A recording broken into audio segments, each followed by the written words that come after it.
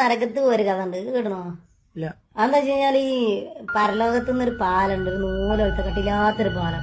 അപ്പൊ ഈ പാലം കടന്നു കഴിഞ്ഞാലേ സ്വർഗത്തേക്ക് എത്തുള്ളൂ. ഈ പാലത്തിന്റെ അടിയിലാണെങ്കിൽ നരകമാണ്.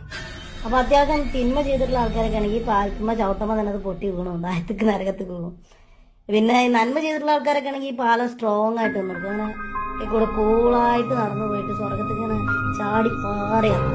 അവിടേക്കാണ് നമ്മൾ അന്ത്രു പോണത്. ഈ അന്ത്രുവിന്റെ ഒരു സ്വഭാവം എന്ന് വെച്ച് കഴിഞ്ഞാൽ കുറെ നന്മയും ചെയ്യും, കുറെ തിന്മയും ചെയ്യും. 50-50 തൂക്കി നോക്കിയപ്പോ 50-50. അപ്പൊ ഓൻ എങ്ങനെ ഈ പാലത്തും കൂടെ നടക്കും എന്നുള്ളതാണ് എല്ലാവരും ആലോചിക്കണത്. അപ്പൊ ഇവൻ ഇവിടെ നടക്കാൻ തുടങ്ങിയപ്പോ തന്നെ പാലം അലയാൻ തുടങ്ങി. ഓ ഒരു വിധമൊക്കെ പറ്റി പിടിച്ച് എത്തി എന്നുള്ളവർക്ക് പോവുകയാണ്. അപ്പോഴാണ് ഇത്ര നിൽക്കണ കുറച്ചെണ്ണം അന്ത്രുവിനെ മോട്ടറാക്കി അന്ത്രു അന്ത്രു അന്ത്രു പറയും. അപ്പൊ അന്ത്രു എന്ത് ചെയ്ത് ഓടാ അതിന്റെ ഒക്കെ അതാ കിടക്കണതായിട്ട്.